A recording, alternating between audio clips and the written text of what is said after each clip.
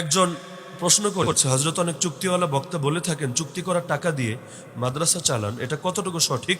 উত্তর দিলে উপকৃত হব।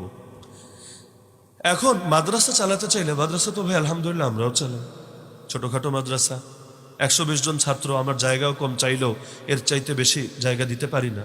যদি আল্লাহ তাআলা ভবনের ব্যবস্থা করেন একসময় ইনশাআল্লাহ 1000 ছাত্র থাকবে। এখনো আলহামদুলিল্লাহ পর্যাপ্ত চাহিদা আছে। মক্তব নুরানি নাজরা পর্যন্ত রাখতে পারিনি।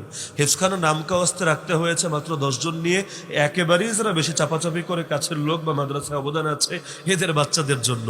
আর কিতাবখানা দাওরায়ে হাদিস পর্যন্ত, এতেই হলো আমাদের মূল ছাত্র আর উস্তাদরা যারা আছেন এর খেদমতে নিয়োজিত আছেন। তা আমরাও তো চালাই আলহামদুলিল্লাহ। ওয়া আম্মা বিনিআমাতি রাব্বিকা ফাহাদ্দিস, শুকরান লিন-নিআমা বলি। এই মুহূর্তে যখন আমি আপনাদের সামনে বয়ান করছি, আমার মাদ্রাসায় গত কয়েক মাসে আমার ভর্তুকি দেওয়া আছে 12 লাখ টাকা। আমাকে চুক্তি করতে দেখেছেন জীবন? অথবা